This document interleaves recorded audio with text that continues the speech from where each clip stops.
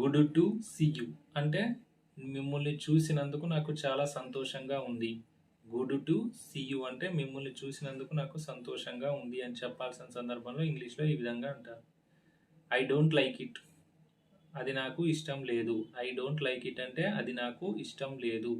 మనకి ఏదైనా ఇష్టం లేదని చెప్పాల్సిన సందర్భంలో దీన్ని యూజ్ చేయడం జరుగుతుంది. I don't like it, I don't like mutton, I don't like it chicken, అట్లా. ఐ హ్యావ్ నో ఐడియా అంటే నాకు అవగాహన లేదు.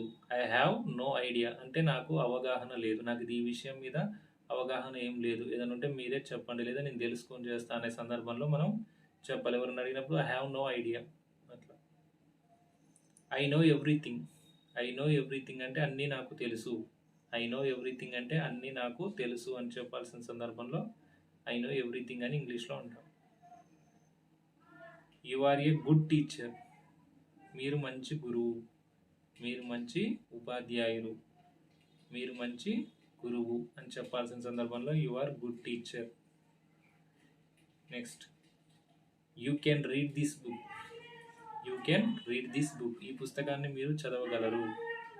You can read this book అంటే మీరు ఈ పుస్తకాన్ని చదవగలరు. There was nobody there, there was nobody there అంటే అక్కడ ఎవరు లేరు, అక్కడ ఎవరు లేరు అని చెప్పడానికి ఇంగ్లీష్లో ఏమంటాం? There was nobody here. Next, there was 2 murders in month, ఈ నెలలో 2 హత్యలు జరిగాయి అని చెప్పాలి. There was 2 murders in month అంటే ఈ నెలలో 2 హత్యలు జరిగాయి.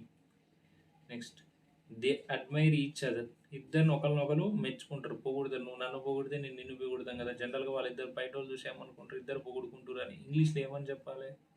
దే అడ్మైర్ ఈచ్ అదర్ అంటే ఇద్దరు ఒకరినొకరు మెచ్చుకుంటున్నారు.